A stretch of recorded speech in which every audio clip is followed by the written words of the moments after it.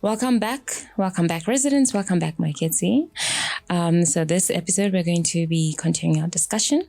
And the question that I do have for you is, could you please explain the municipal structures in reference to Section 79 as well as Section 80, and who actually gets to elect those in power, more specifically the mayor? Yeah. So to start with your last question, who elects those, to go into elected power or to basically serve within, I think the basics of it is that, remember, there is the state and there's also government, right? The state is permanent, which is to say that even when we go for elections, there'll always be employees who are permanently employed within the city or our municipalities to make sure that the work continues, right? And then, of course, there is government. We elect government, right? Whether we go for national elections or we go for local government elections. So next year, we are going for local government elections. And really what that means is that as citizens, as per our wards, we are going to elect councillors, right? Or PR councillors, right?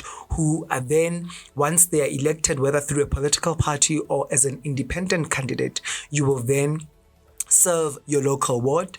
And part of serving, as a councillor in your local ward, right, is that you will then have what? A seat, right? Proportional representation. So if your party got the majority or whatever numbers they got and enables them to go and serve in that municipality, then you go in there as per proportional representation. And then, once we get to the municipal council, we then have to sort ourselves out. Obviously, when you have a majority, it's easier because, you're the official majority, and then the other colleagues who didn't get the majority, they'll be the official opposition. But if there's no outright majority, then we go into what is called a coalition government. Which is to say that, I got 2%, you got 3%, you got 5%, you got this. Let's all come together, right? We must lobby each other. We must negotiate. We must deliberate to say, no, I'm for this. These are my manifestos. This is what I ran for. Or this is what you ran for. Where do we find each other in essence, right? And once we find each other, we form a coalition government. And out of that, in the municipality, we then elect, firstly, the Speaker of Council, right? Whoever gets the majority vote. So we will get a nominations list and say, we nominate Moeketsi, we nominate Zona, we nominate Walid, we nominate Anwar, right? To be the Speaker of Council. And once that person gets majority, they become Speaker of Council. And then now they have the power to then, again, they must oversee the entire process now of electing the mayor. After the Speaker, we then elect the mayor. Right after electing the mayor, he or she will do their nice welcome remarks. Thank you for the confidence and all those things committed to, right? Fine. And then after that, there will come then a process to say all these political parties and independents who are now in the municipal council, they, in terms of our municipality, we have 5 oversight and accountability committees, or we have 18, or we have 19, or however committees there are that play an oversight and accountability role. And out of that, we need to elect a chair, right? Or a chair of chairs, right? But again, you need to have a chair of chairs. So basically, chair of chairs basically means that they are the chair for all the chairs, right? And they, the information loops to them to say, oh, okay, in this committee, this is what I'm hearing. In this oversight committee, this is what I'm hearing, and all those things, right?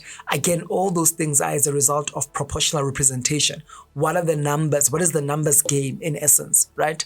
And then they sort themselves out. We sort ourselves out as parties or independents, and then we then elect someone to be the chair. And then the other people are basically general members, right? And in essence, their role, even if you're new, right, you're fresh in politics or you're fresh in the municipality, we have institutions in place. The municipality has people like SALGA, the South African Local Government Association, and other key partners within civil society that will come in and do the necessary training so that you know how to read the laws, right? You understand what this law is about. If you don't understand anything as a councillor, nothing wrong with that. The legal department is there. The research arm of the municipality is there, right? But in essence, really, Section 79 committees, like I said, are oversight and accountability mechanisms to make sure that all the entities that fall under the city, whether it's city power, electricity, Johannesburg water, right, or pick it up in terms of environment or any other entity or any other, Section 79 committee that whatever entity they'll be responsible for is to account, to say the people who are working in those things, remember you get our budget from us in order to carry out your work effectively, whether operational budget or capex budget and all those things, right? Has service delivery been, why aren't you guys even collecting rates? What's going on? What is the struggle in terms of collecting rates, right? Where can we come in? Where can we assist and intervene as the political wing or as the elected officials, right? But in essence, any official, that comes in each and every municipality, right? There are bureaucrats who've been employed, right? Permanently, there was a posting, they advertise, apply for this job and all those things, but also, they play a supportive role, but also they're also the politicians who come in as well through the political office, and they are also allowed to hire, political advisors, their media people, and all those things to carry out their work. Yeah. Thank you so much for that very robust answer. I believe that we now have a better understanding, and as people, as residents, we now know where the power lies and how we can exercise that power, and that is at the next the next local elections. Yeah. So if we're unhappy, if it's waste management, as we've been discussing, then let us take the power into our hands and change the environment that we live in for the better. No, I definitely agree. And I think, as citizens, it's high time we do realize our power, because again, even us as citizens, we must also be educated in terms of, these manifestos that, parties and independent candidates are presenting to us, right? It's important that we ask those, critical questions as to, but what do you mean when you say this in your manifesto? Unpack it for me in terms of the local economy or the township economy or whichever economy that you're part of. So it's also important for us as citizens not to outsource our power, to also engage collaboratively with those who want to get into power, because it's an immense responsibility and it's one I think we ought to share. Indeed. So, Moeketsi, could you please break down the Section 79 committees so that the residents can know what powers they have and how the Section 79 committees function in order to serve the citizens? So, Section 79 committees are two words. They are about oversight and accountability, right? What are we overseeing and what are we being accountable for as municipal officials? So, like I make an example. So one of the Section 79 committees within the city of Johannesburg deals with, or the term for it is EISD, Environmental Services and Infrastructure, right? And they are responsible for 3 entities within the city of Johannesburg that generate profit: City Power, electricity; Johannesburg Water, right? And then, of course, pick it up in terms of environmental waste, making sure that, our dustbins or rubbish is collected in time and all those things, right? Who are appointed in City Power, Johannesburg Water, and all those are entities that the city plays an oversight and accountability, because why? They are registered as, profit companies, so they make profit, right? But that profit goes to who? To the city, so that the city can be able to have money so that they can dish out service delivery, right? So really, Section 79 committees at a local level, they are sort of like similar to, in Parliament, there are committees that members of Parliament are, slotted into. And, there's a committee on education, there's a committee on culture and all those things, right? Is to really hold the officials who are doing work in those particular entities to accountable, to say, pick it up, officials. There is a particular land depot or water something that you guys are responsible for. It falls under your mandate, right? This depot is not functioning as well as it's supposed to function. Why? It's near a community. And whatever you guys are doing there, it's now affecting the community in terms of their health and so on, right? So really, Section 79 committees is to allow the elected officials, the local councillors or the MMCs, to basically ask these officials who've been appointed or who've been hired there to make sure that the budget that they had requested for, because actually they're city entities, so the city must also provide income to them, right? Yes. Like this term of bailouts, right? So therefore, then the city officials, must come in and say, or the elected officials rather, must come in and say, so you asked, the last time you were here, you asked in terms of your budget that you needed 200 million, or you needed 5 million, or you needed 10 rand, right? We gave you that 10 rand. But this 10 rand, right, is not fit for purpose. Why? Because you haven't used it in ways in which you are supposed to use that 10 rand, that 10 million, that 100 million, or that 1 billion. Right? So in essence, Section 79 committees are also, in terms of oversight and accountability, not just elected officials within the municipality to, in essence, conduct oversight and accountability.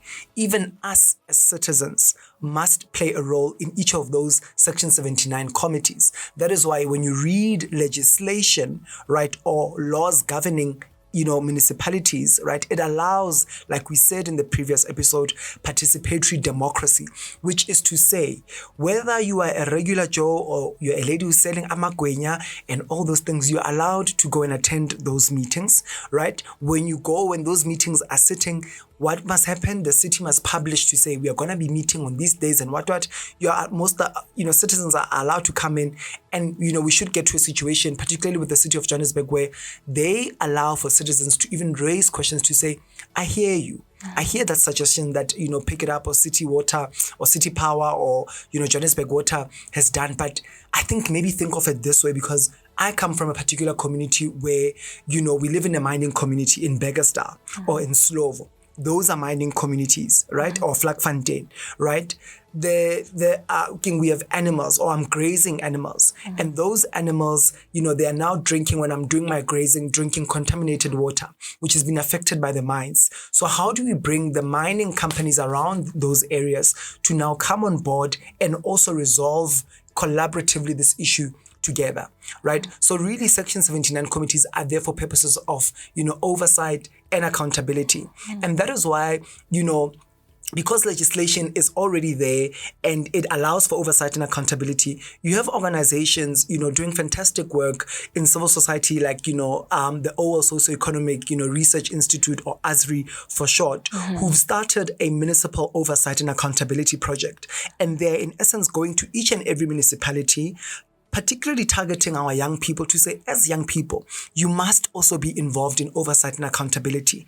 Next year, for example, we are going for local government elections, which happen each and every 3 years. Yes, we are fresh from national elections, where we were electing, political parties or independent candidates to go and represent our views in parliament. But next year, probably around August, now us citizens again are being asked to go and elect officials, whether independents or political parties, who've put their arm and say, I want to serve this community. I want to make sure that service delivery is effective. Citizens are happy. They enjoy a healthy, prosperous and safe life, right? So again, we're being called upon to show up as citizens, to go into those ballot box, if a particular party, sells you their vision, their mission in terms of their manifesto, or an independent candidate, then you will make, your citizen choice, right? Or your civic choice, or your civic duty as a citizen, and elect accordingly. But again, elections doesn't end, on the day that, you go out and vote. But also, active citizenry means that we are following up as citizens to say, we elected you, Fahima. We elected you, Wahid. We elected you, Maigets.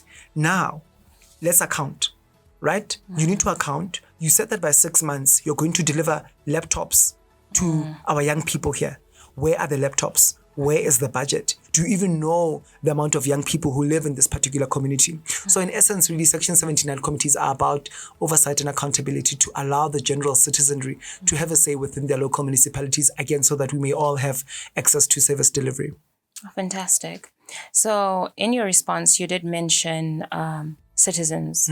So how do other residents in a city, if they are not citizens, then how do they are they allowed to participate in Section 79 committees as observers, or is this only for people with citizenship status? Yeah, well, two ways. They most definitely can participate as observers, because again, our constitution very much says, South Africa belongs to all those who live, in it.